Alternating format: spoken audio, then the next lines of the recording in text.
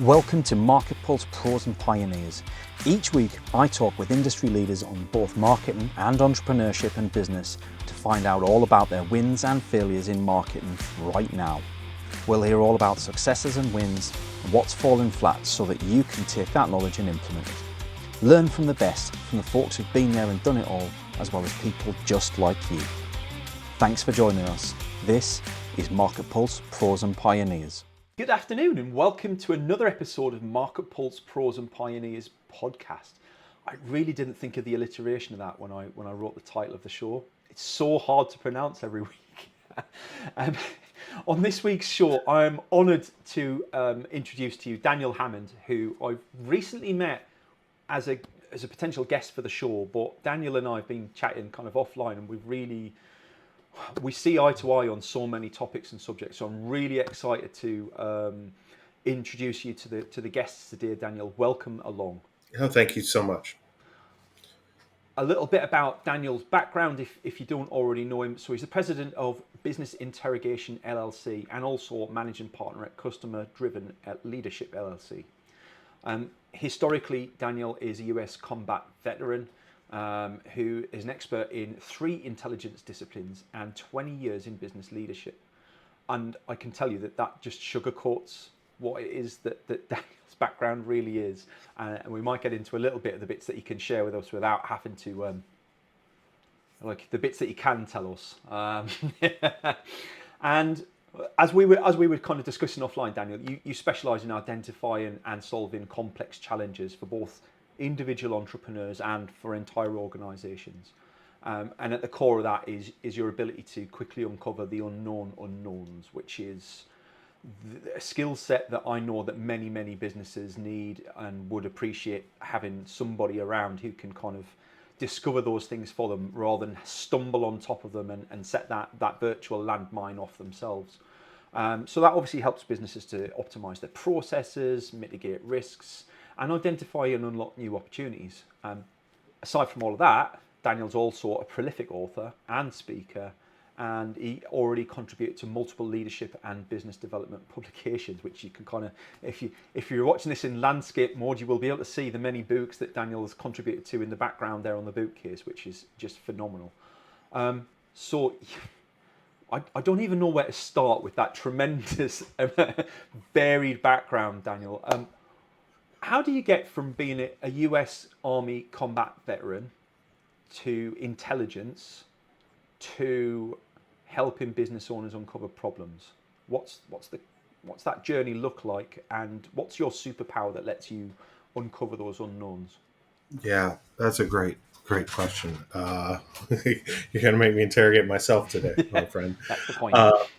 So, yeah, I think one of the things that as I was growing up, even before I got into the Army, I was always fascinated by how things are connected. And so I very quickly, when I join an organization, the first thing is what does success look like for me in my role?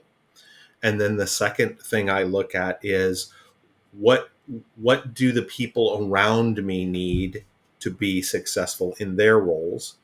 And so I typically find myself that curiosity, I think, makes me useful to leadership because I know I can step in to pretty much anybody's role.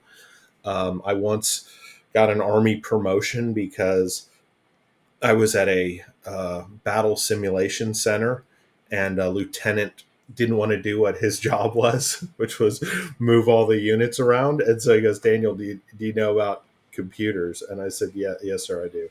And so he goes, "Okay, you're now the battalion maneuver officer." And he goes, "What's your job?" And I said, "Clerk." And he goes, "Okay, I will be the clerk. I will file the things."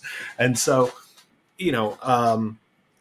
I got to a place where every time I went to the Battle Sim Center, I was the guy that knew everything. I knew how all the pieces fit. And so I literally had senior officers deferring to my opinion on things because they knew I knew it so well that if they just trusted me, everything was going to be fine.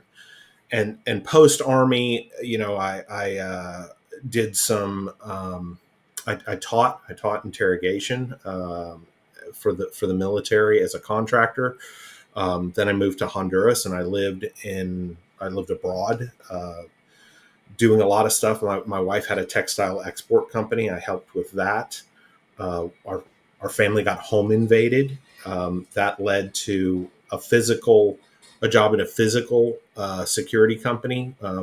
A friend of mine said, "Hey, my company's bleeding money. Do you think you can figure out what's going on?" And within a month, I had found $1 million of hidden debt. I created new revenue streams. I got it to a place where it was doing okay within the 3 months. And it's a company with 435 employees. I have to say, Chris Voss has nothing on your background, right? Like, people often quote Chris Voss, and like when I look to people who have like that tangible, real skill set, and do you know what? Before we were talking about this, and I was trying to figure out where you would go with that answer, because in my head, I can imagine you being that sort of annoying person that asks questions all the time. In that environment, that's not always welcome, is it? It's kind of that curiosity sometimes is kind of like, just shut up and do your job, all right? But I guess if you can prove a few times that by asking those questions you're adding real value, because then you can be something more than what you originally were, rather than just asking questions for the sake of asking questions, then you add real value, right? Yes, I think that's well said. I mean, you're 100% right. Not everybody likes somebody who rocks the boat, and certainly, I'm asking questions to see how things can be made better. Um, Middle managers don't always like that skill set around them, because you know they know a lot of them. I think are comfortable with what they do. They know what they do, and they want to keep doing what they do. But if I find if you don't disrupt yourself, eventually you will be disrupted by some external force, and you won't be ready for it. That's really, I think, the core at what I try to do when serving businesses and entrepreneurs is disrupt them, is to see far enough down the road to see what's likely to disrupt them, and then we talk through, well, what would you do if that happened? And then when it does happen, they're not surprised, right? And they know what to do, what action to take. And a lot of times when when you're prepared to respond to a disruption, you're able to kind of surf that wave and get ahead of everybody else in your field, right? You're making the moves before the market shifts. It's almost like, and again, as we kind of discussed offline, it's almost like your job is to break shit, right? That's my slogan is I break things for good. And yeah, I believe, I've broken infamous war criminals in my interrogation roles. I have simulated taking down major financial institutions, and having them think of, what if nothing worked? Where would we even start to reassemble our Yeah. business? What's most important to our getting to the other side and surviving this issue? And a lot of times people, you know, you would think, oh, well, I've got to have these key services, but those key services have dependencies. And so really you can't start building the pyramid at the top, right? You've got to build the base first and then work your way up. And so a lot of that is what I do. Hi, and thanks for joining us for the show. I'm Paul, founder here at Javelin Content Management. We specialize in getting ideas out of your head, down into video, and out to your social media through repurposing and efficient content strategies.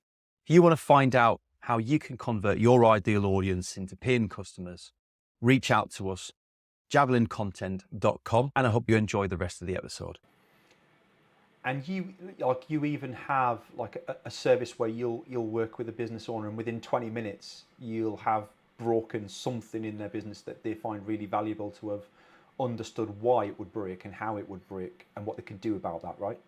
Yeah, from a marketing perspective, solving everybody's most complicated problem in 20 minutes is a really horrible business model because, yeah, how many people's problems can I solve every day? And that pipeline's got to be really, really big.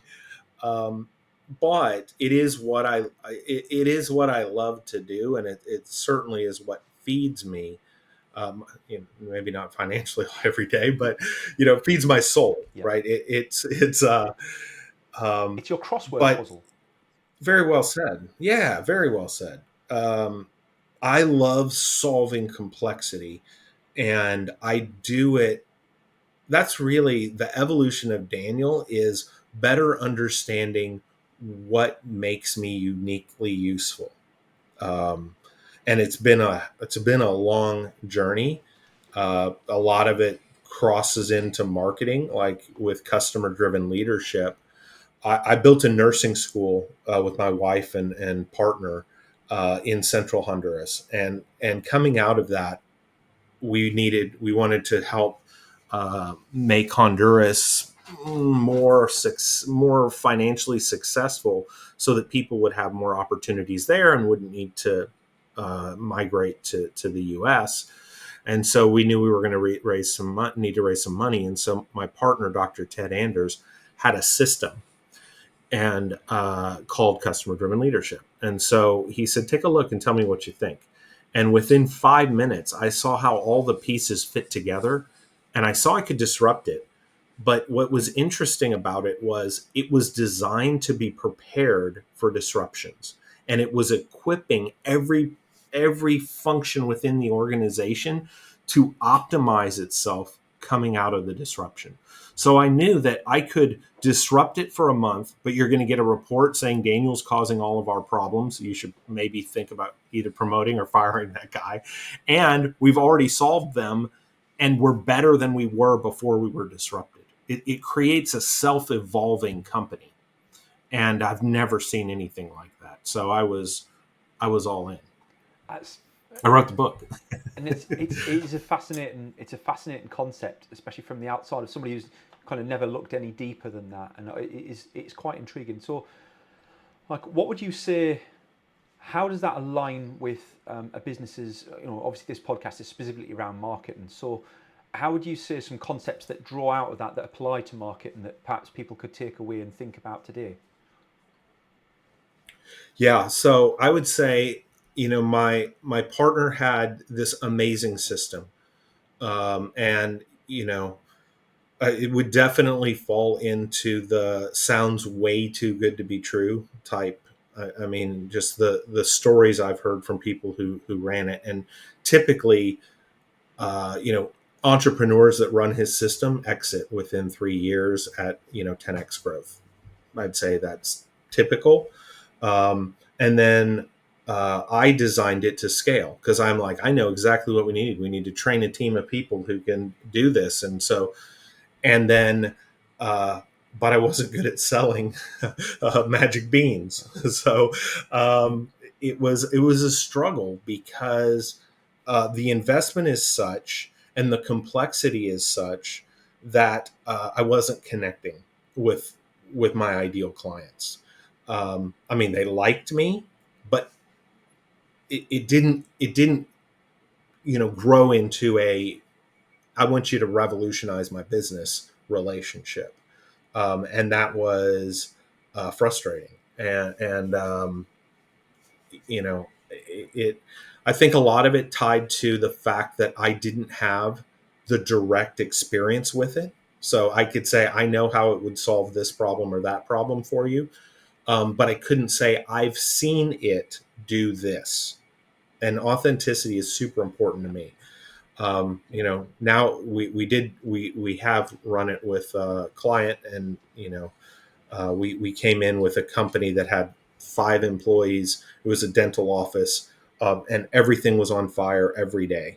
And as we started to bring it in, one of the employees was 4 of the employees were like, "Yeah, we're excited about this. Bring it in." And one of the employees was like, "No, I don't want to play. I don't want to play that game." And it's because they were the one causing all the fires. So even before we started the implementation, that person quit. because of the accountability of the system was going to show everyone they weren't doing their job. And then all of a sudden things got easier, and then we put the system in place. And in the last 2 years, this company had 5 employees and was making maybe 30,000 in revenue per month, and now they just hit 2 months over 140,000 with 4.5 people, and everything is running like clockwork. So, the stress is gone. They're able to do like incredibly innovative things. Like one of the employees, they're in Florida, is moving to Portugal, and they're going to continue supporting the company because they just know it so well, and they don't need to physically be in the office to do their role. It's crazy cool. But if you can't sell it, well, that's it. You've got to market, and I guess before we come back to that notion of around the marketing side of things, you said something earlier on that was really interesting that I reckon most people haven't picked up on, and that was when you were talking about identifying the employee or the employees that were the disruptor in the business. You mentioned promoting them or getting rid of them, and I'm a big believer in this. Is that there are two sorts of people in the world. There are hyper intelligent people and team players that are in the wrong role, or not engaged in the right way, or starting to feel entitled because they've been mistreated in their role, and are playing the game because they know it better than anybody else. That is both a potential danger, in which case you potentially need to get rid of them because you might not be able to win them back round, and that is a real problem for the business, because they, believe me, they are the people that know all the HR rules, they know how to play the game, and they're incredibly clever.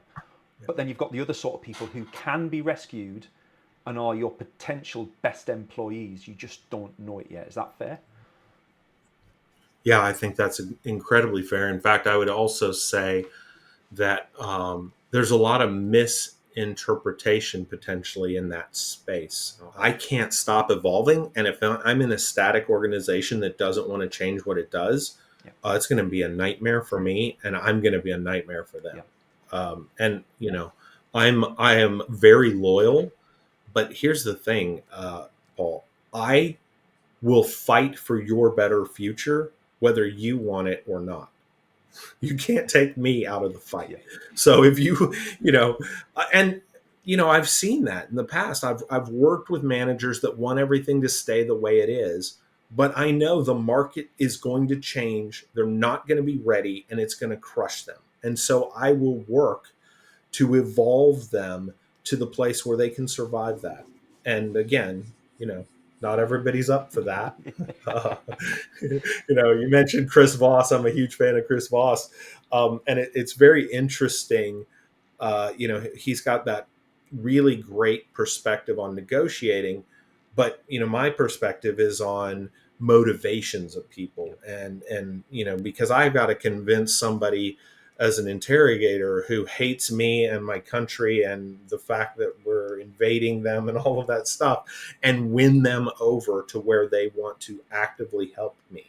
So, when reading Never Split the Difference, there were a couple of times in the book where Chris is like, and then I did this. And I was like, that's not going to work, because I felt like the person's motivation wasn't going to deliver on what he was expecting, right?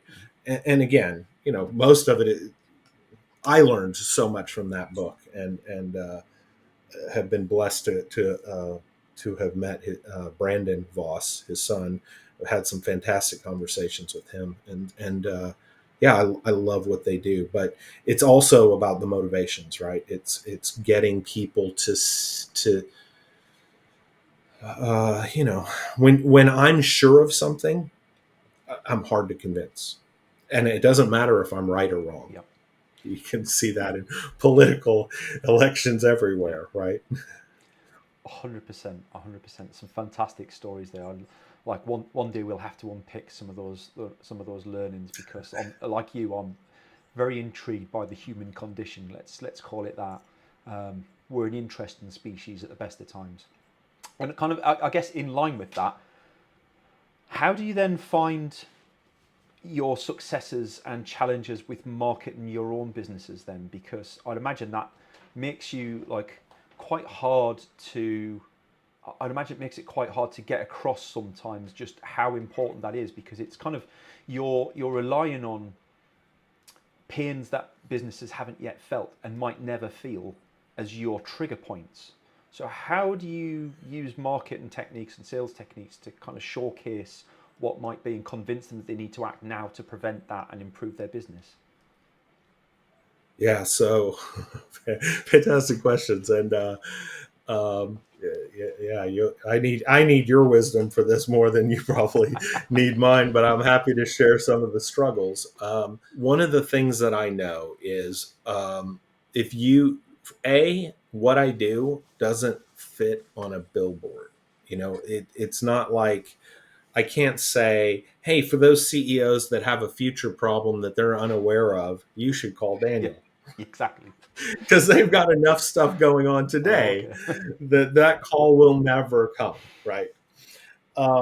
So how I've sort of evolved is understanding how I can help people, and then getting in communities of trust where, if you help somebody here, as soon as they hear somebody else that's got a problem, they're saying, "Hey, if you've tried everything else and you haven't figured it out, give Daniel 20 minutes and see what happens." So there's some of that. Some of the other things is I've gotten pulled back into larger organizations where there's a lot of complexity. That's another place where I add real value. And I think, one of the core parts of marketing is to figure out, where do I add value um, in a way that uh, helps others and gets cash flow for me, right? And again, probably customer driven leadership is the thing that I have that is most genius, is this system. And I've got the skill set to get it set up and balanced, as does my partner.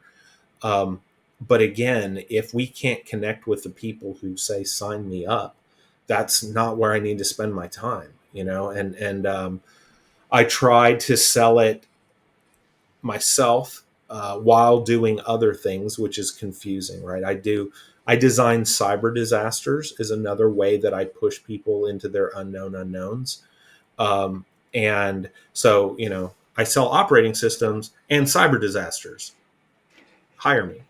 It's horrible. Well, I know, that sounds horrible, right? So, I created a bigger umbrella called business interrogation, where I just ask questions to help businesses grow. If you need a cyber exercise, I can design that. If you if your systems are clogging up and you need somebody to go in there and just go, well, this could be optimized and there's a hidden risk here, I do that. I call that service break my business model, where I just come in and interrogate your business like I used to interrogate war criminals. But I think that's really useful for the people at home to kind of take on board, is the idea that your main service might be really complex in terms of its sales process and how you get people there. And no doubt you will have already customers there and going through pipeline. But if you want to increase that, you need to make it more accessible. And you've done that through those smaller, bite-sized elements where people are more likely to go, do you know what? I wouldn't yet pay for Daniel's full services, but 20 minutes and he's going to tell me something I don't know and it's going to be really valuable. Why wouldn't I give that 20 minutes and see what it's worth? And I think Yeah. building that repeat model up, I see this a lot with consultancies, right? They're a big fan of, let's do some free work for you. I'm going to come in, we're going to do a week's free work. I'm going to do a deep dive and I'm going to share my findings, because we all know that once you get involved that heavily with a business and you start to look under the covers, you'll find the direct things that you can support them with, which are incredibly valuable, but you do not know until you're in there. And even on a sales conversation or a marketing call or whatever, you can't ask the right questions of those people because of the unknown unknowns, right? Like, I don't know how Sure. I'm going to be able to help you yet. I help people in a lot of different ways. So instead of me trying to guess what you're going to do, let me come in and do a little bit and prove my worth one Yeah. bit at a time. And I think that's a really powerful idea to take away. It was a strategy I was all in on, Paul. My, I basically gave it away to 35 people, from solopreneurs all the way up to a CEO of a 10 million revenue company. Um, and what I found out was, it was that I was going to give away the 20 minutes and then give them a list of ways I can help them solve that problem. Uh, the issue I had upon reflection was everybody said that it was incredibly valuable. Nobody called for the follow up services. So really, it was the deconstructing their problem so that they knew how to solve it themselves that was the real value. And so now I come in and I do the interrogation on the business, and if I can't help them, they don't pay me. And so getting that commitment up front. And again, I like to work for scale. If I can solve a $5 problem for you, Paul, buy me a cup of coffee. I'll be happy. Well, I don't like coffee, so I won't be really happy. But a big iced tea, a 32 ounces or larger would be fine. But if if I can also go in and solve, beyond a shadow of a doubt. I've worked in areas of complexity where, I've interrogated people on weapons of mass destruction. I don't have PhDs in bioweapons and chemical weapons and nuclear and missile systems and all of that, but I had no problem getting the information that was needed. And I can do that across industries. I see how things are connected and where things can go wrong and where you're leaving money on the table. And if I come in and give you my time and it doesn't give you any new insights, don't pay me. And if it solves a $10 million problem, don't just give me a 32 ounce iced tea, right? Write me a check. But Yeah. yeah, that's an interesting. It's skin in the game, right? And you've got to have confidence in yourself. You've got to back yourself. And I think there's too many businesses out there that won't do that, or they do it with false pretenses, like, oh yeah, we'll do that, but somewhere hidden in the contract, I'm going to get my pound of flesh out of you, and they're scared of doing the work because they don't actually have the talent or the skill set that they claim to have. And I can, even just talking with you, I can see that that's not the case where you are, and you obviously already backing yourself to do that. So I think it's Yeah. I will take I will take myself out of a business relationship if I'm not providing value. I have zero interest in that. One of the things that I really love is in big collaborations, partnerships, more loose entrepreneurial collaborations. I'm really good at managing what success looks like for all of the individual people that are collaborating, and I can help make minute adjustments so that the target hits for everyone. And so, what a guy that I totally respect, his name's Chad Jenkins. He has a company called Seed Spark, and I'm part of their entrepreneurial growth community, and it's all about collaboration. And in that group, I'm like, hey, just make me a partner in the collaboration, because you're running your business, who's making sure that this collaboration delivers on its promise. And Chad once said, Daniel, you're like an outcome optimization specialist. You make sure that we get the most value out of this opportunity. And I like that. I like to, whether I'm the special sauce with it or the Swiss Army chainsaw that you need to solve a problem. I think That's what I I love to think do. everybody needs that to an extent. I'm really poor at long-term strategy, right? Like thinking outside of the next 3-4 steps. I'm a doer. I'm in the moment. I'm doing things right now. I've got a jobs list. My jobs list gets done. I'll fire it off and box it off. But I know whatever venture I'm working in, I need somebody who can go, well, here's one you want to aim for, Paul. Here's where you need to get to. Here's where, have you considered doing this and adding this? And that's, the sum of the parts, some of them together is greater than their parts. Oh no, I hadn't thought of doing that. Well, that makes sense. Like, why haven't I thought of that myself? Like, it's obvious now that you pointed it out. And I think that's the beauty of that kind of capability that you've got there. To bring it back to marketing then, just before we wrap up for the show, so we've got a couple of questions that I ask every guest. What is, in your opinion, one marketing tactic or strategy that you see a lot of out in the world that you just wish business owners would stop trying to use? Like, what is it that grinds your gears? Yeah. Running around trying to sell your service. Nobody cares about your service. It's not, you're not going to win anybody over with, I have the best cheese grater in the world, and if you're buying any other cheese grater, you're a fool. nobody, that doesn't work, right? You know, one of my other collaboration partners is a PhD in value-based pricing.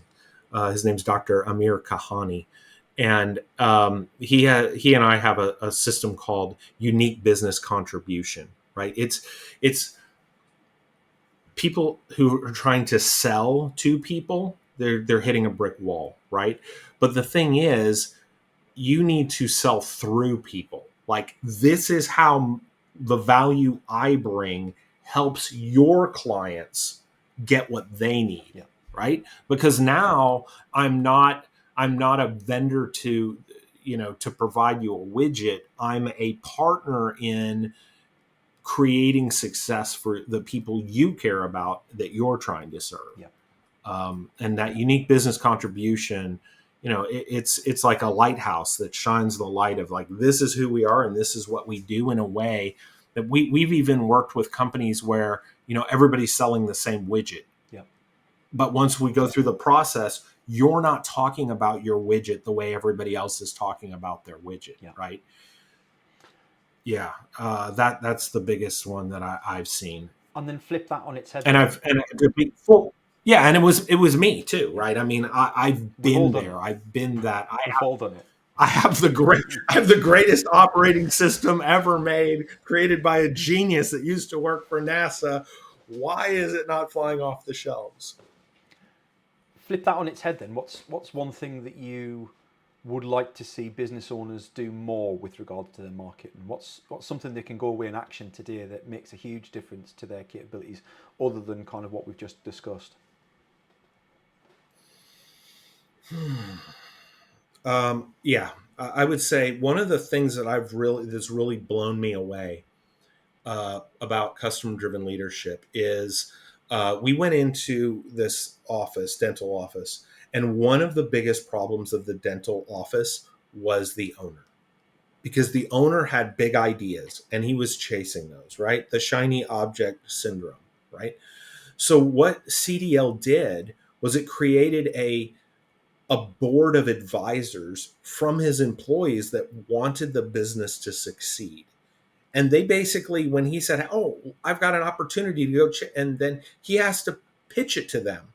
And then they say, "Well, we got bills to pay, and we don't have enough in the war chest for you to go running after that right now." So some kind of check, whether it is a business partner that can, that can call you out on things, or whether it's a board where the success of the organization everyone's invested in, so your employees that would normally never tell you no are empowered to tell you no, especially in the areas where you're likely to drive the car off the track. I guess even more important in businesses where you don't speak to external parties a lot as part of your role, right? Like, I see a lot of, I still come across people who don't network. It's not for everyone. I spend a lot of my time, and that's part of the reason why I started this podcast, is I wanted to meet more people and get out there and have a valid reason for talking to people, rather than just, hey, let's grab a coffee. And I see a lot of siloed business owners out there who, let's be honest, you became a business owner because you didn't want to be accountable to anyone else. You wanted to make your own decisions, which is fine, which is great. But there is also that element of, I'll freely say it, like, I'm ADHD. I take risks that my wife wouldn't, right? That's why I'm a business owner. Right. But where's the limit on those risks? Because some people are way less risk averse than I am. and you need those checks and balances. So I think that's a beautiful idea. It's a really great takeaway. Thank you, Daniel. Yeah, thank you. If folks want to reach out and What find else you out got? more about business interrogation, about CDL, about yourself, how can they best contact you? Yeah, I would say the best way to engage with me is on LinkedIn. If you send me a message, tell me you saw the podcast with Paul. I'd love to know that I made a difference here, and share some of the glory with with my friend here. But I love what you're doing, Paul, and I love this. I certainly businessinterrogation.com is there, customerdrivenleadership.co, but really just LinkedIn is the best place. We can build relationship there and see how I can help. Perfect. And I'll make sure those links, as ever, go in the show notes below. So if you're reading this along, you're watching this along, you're listening, you should be able to find those links quite easily by the time this goes out. Thank you very much for being a guest on the show, Daniel, and thank you to everyone at home for coming along, joining us, listening, following, subscribing. As ever, it's a genuine pleasure. Thank you so much. Thanks for joining us for today's show. I hope you enjoyed it. If you'd like to feature on a future show, or you've got some ideas for folks who would make a great guest, please drop us a line. Contact details are in the show notes, and I'd love to hear from you. Your host today was me, Paul Banks, founder at Javelin Content Management. Here at Javelin, we specialise in helping busy business owners just like you to repurpose video content, taking all the stress and tech problems away and turning your long-form video into literally hundreds of pieces of content without breaking the bank. We describe it as getting ideas out of your head into video and out to your socials. If you want to launch your personal brand, become the vendor of choice for your audience, or maximise your sales revenue impact, we'd love to hear from you. Join us next Wednesday for the next episode, and don't forget to subscribe and give us a review. Our podcast is only possible with your continued support.